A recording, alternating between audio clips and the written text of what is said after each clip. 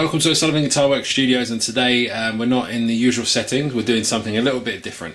Today I am practicing with my band, and I decided instead of going over gear and talking about gear, I would show some of my stuff that I take with me, my bass and some of my pedals and some of my bits, show you what I need to make sure I have with me. This is more of a kind of instructional sort of how-to video for bands setting up maybe their first practices, maybe they're young musicians who need a bit of guidance on the sort of things to have with them. I did my essentials guide, and a lot of things that were in my guide will be here amongst my stuff.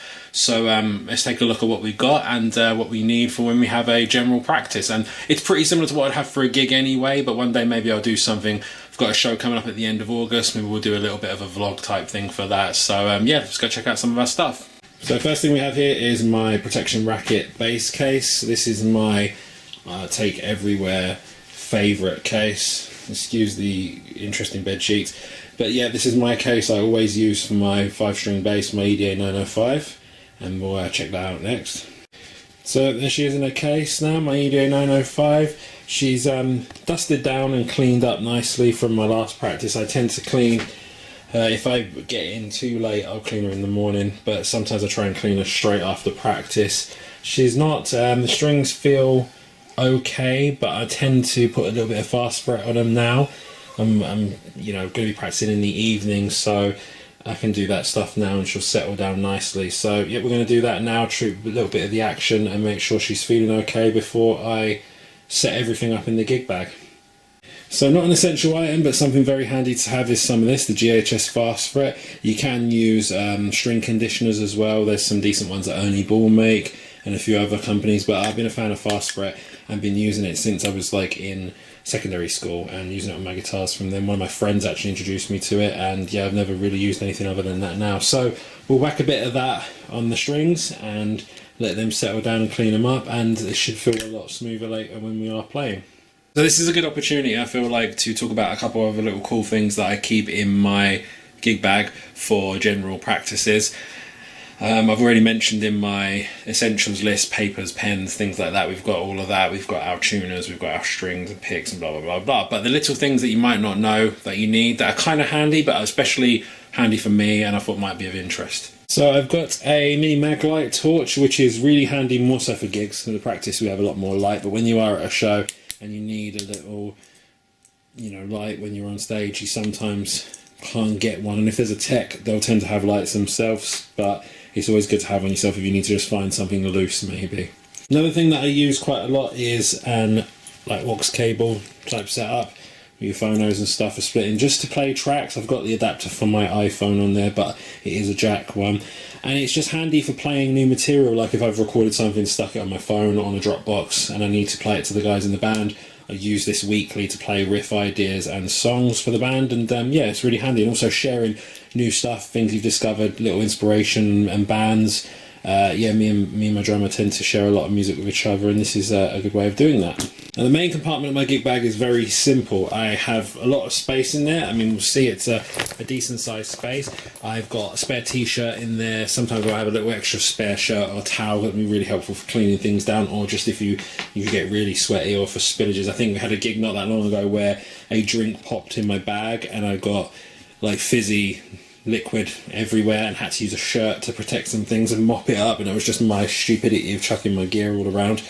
But yeah, one of my main things is I have a little mic case here, and this case, if I can open it, is full of all my essential goodies, like wristband, which I use for playing, and earplugs, picks, a little cleaning cloth, anti-static cleaning cloth, just all the things, Allen keys, some of the things that I need, peg winders, just essential little bits and pieces that I find really handy. Other thing I keep in my gig bag, like I said, it's very simple, is my strap, which is my comfort strap, which I did on my gear recommendations video, and on that comfort strap is the transmitter part of my wireless setup, which is the Line 6 G30, and it's plugged in, and you can see the Line 6 Relay G30 logo there. Fantastic wireless systems, Line 6, they're amazing. I don't usually use cables from my bass to my board. If I needed to, I've always got spare cables, which I actually need to grab one of them from downstairs and put it in my bag just in case, but I'm usually using my wireless, which just takes AA batteries in this, and then it's mains power, 9 volt for the board. So now we'll have a look at the board and what I have inside my board bag, which is a few different things. So this is my laptop bag that I use for my pedals. It's a bit different from the usual laptop bag because it's quite deep. As you can see, it's quite a deep bag, and that's really handy for a board that closes in the way mine does. It's got a USB charging point on it for hooking a cable up to it. I usually have a 5-volt plug with me on my extension lead, but this last weeks I was using it at home, so I didn't really have time to put that back on my board. Bunch of pockets. It's even got a kind of cool little cooler pocket, no pun intended, for drinks and things like that, as you can see with the silver material inside. So yeah, let's have a look at the rest of the compartments and what I put inside there. Top compartment here, the front, is I chuck money in there, a couple of tablets, I think there's antacids that are in there, COVID masks that we might need. For a period we were having to distance and use masks inside our practice room.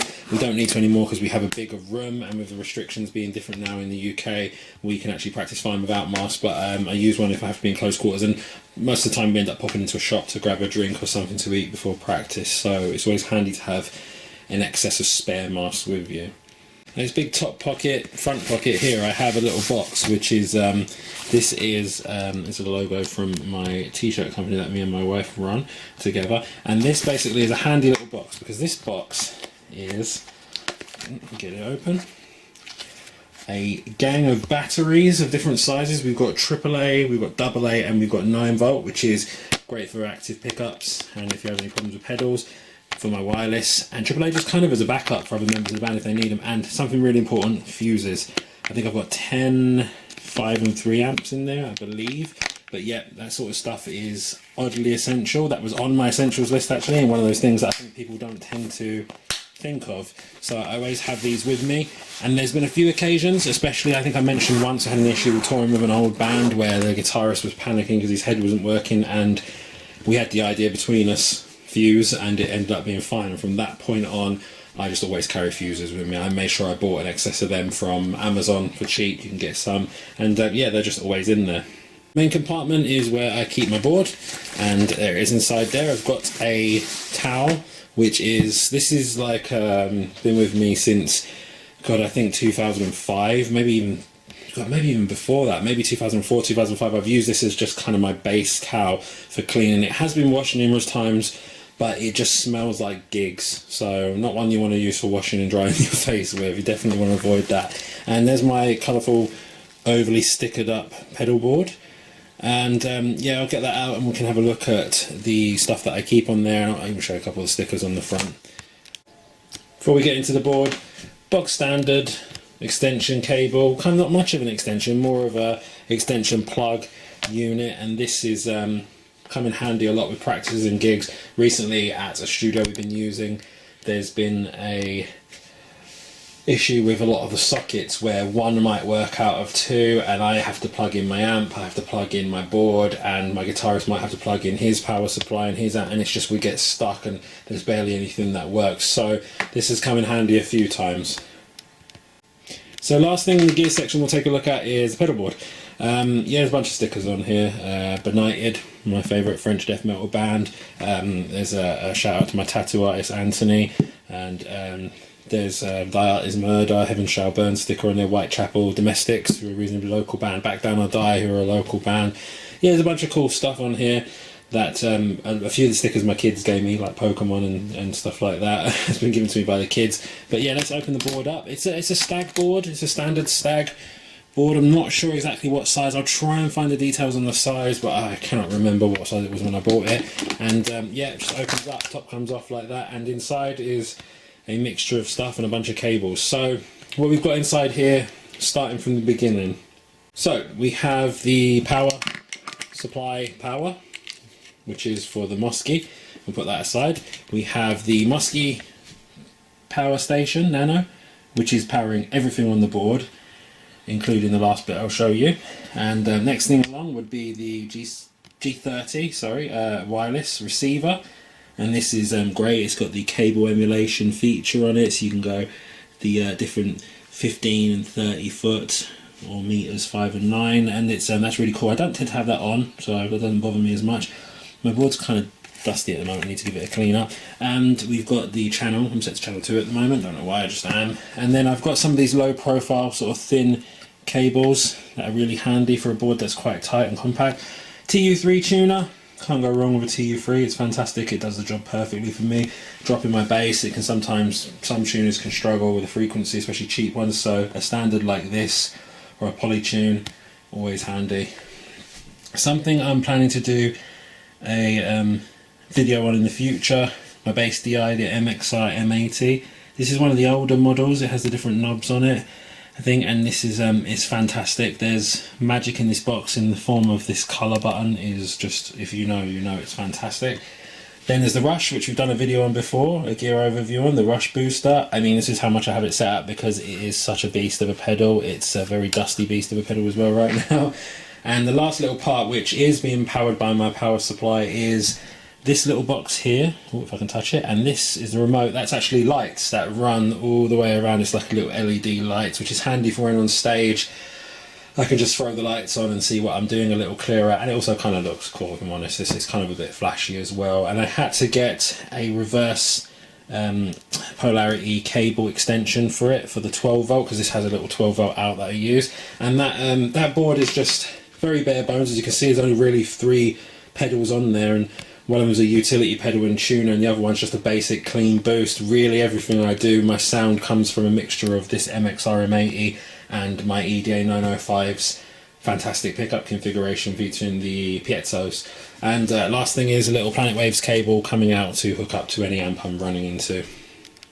So when we get to the rehearsal space tonight, I'll show you what amp I'm using. I believe it'll be the Ampeg that's in there. It's a cool little amp. I'll show you it, and I'll show you the settings that I use. Very basic, because like I said, most of my sound is made by the M80 and my bass in unison. So yeah, we'll check that out when we get there. We're not going to be going there till later, so there'll be a bit of a gap between this part and when we go, but you won't know because by the magic of editing and YouTube. So we'll see you when we get to practice.